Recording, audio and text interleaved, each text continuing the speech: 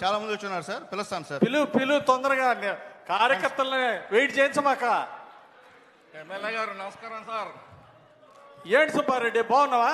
నా పేరు వెంకటరెడ్డి అన్న. సరేలే వెంకటరెడ్డి, చూసి చాలా రోజులైంది. ఏంటి ఇది పట్టుకోన్నా ముందు. అబ్బో థ్యాంక్ యూ. మా అమ్మ చెప్పింది పెద్దోళ్ళ కాడికి పోయేటప్పుడు ఏదో ఒకటి తీసుకొని పోవాలని. ఏం పర్లేదు తమ్ముడు, నువ్వు నాకు కావాల్సినవి. ఇంతకేంటి? ఏం లేదన్నా, ఒకసారి చూసిపోదామని వచ్చానన్నా.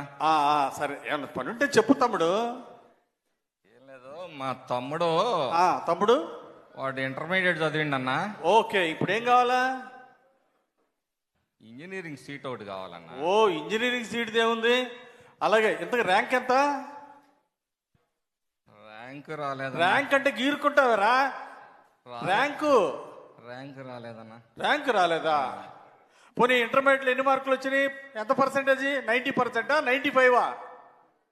కాదన్నా, అదేదో కోటా అన్న, ఏదో కోటాలో సీట్ ఇస్తారంట కదన్నా. ఏం కోట? డొనేషన్ కోటానా? డొనేషన్ కట్టాలి. ఎంత? అరే, పర్సెంటేజ్ ఎంత వచ్చింది మనోడికి తమ్ముడు?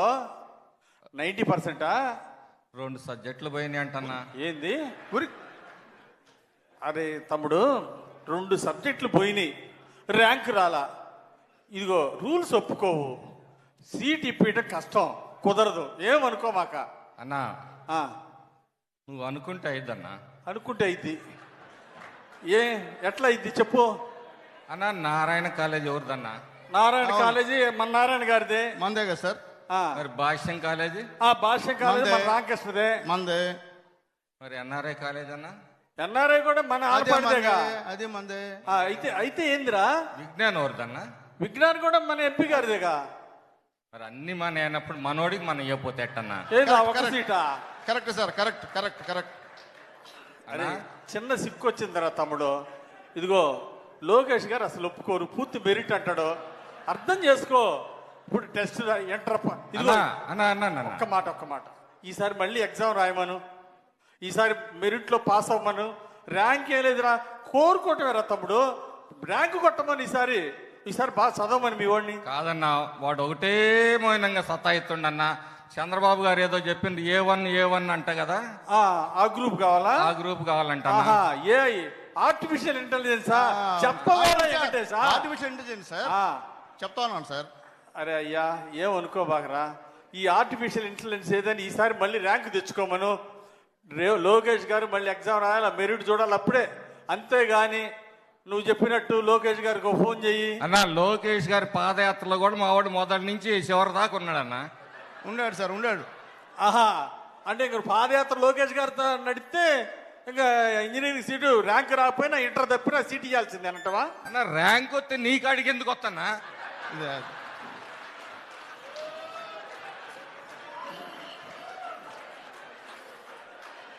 అన్నా, అరే నిజంగా అన్నా, నువ్వు నన్ను అనుమానిస్తున్నావన్నా. అనుమానం లేదురా స్వామి. అది అంబేద్కర్ సెంటర్ లో ఫ్లెక్సీ కట్టింది నేనన్నా మొదట నీకు. అబ్బా కరెక్ట్ తమ్ముడు, కాదన్నా నేను. అన్నా, ఇప్పుడు కూడా నువ్వు అనుమానిస్తున్నావు నన్ను. నేను అనుమానిట్లేదు తమ్ముడు.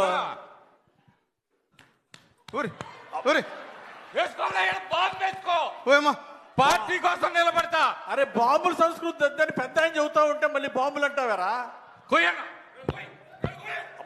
ఊరుకో. నా రక్తం పచ్చగా రాకపోతే సీట్ ఇప్పియద్దన్నా. తమ్ముడు, నీ సంగతి నాకు తెలీదా? నీ గుండెల్లో చంద్రబాబు గారు ఉన్నాడు, కానీ సీట్ ఇప్పిట కుదరదురా. నీ దండం పెడతా. అంతా బాగానే చెబుతావు కన్నా, ఈడకి వచ్చేటప్పుడు సీటు మాత్రం కుదరదు. అది ప్రాణం అంటాడు చూడు ఆయన, యమధర్మరాజు సావిత్రిని. అట్టుందన్నా నీ వ్యవహారం. తమ్ముడు, సీట్ ఇప్పలేను కానీ మళ్ళీ ఒకసారి బాగా చదివి రాయమనయ్యా. ఏమనుకో బాగా వెళ్ళి అదే రాత్రి నువ్వెందుకన్నా?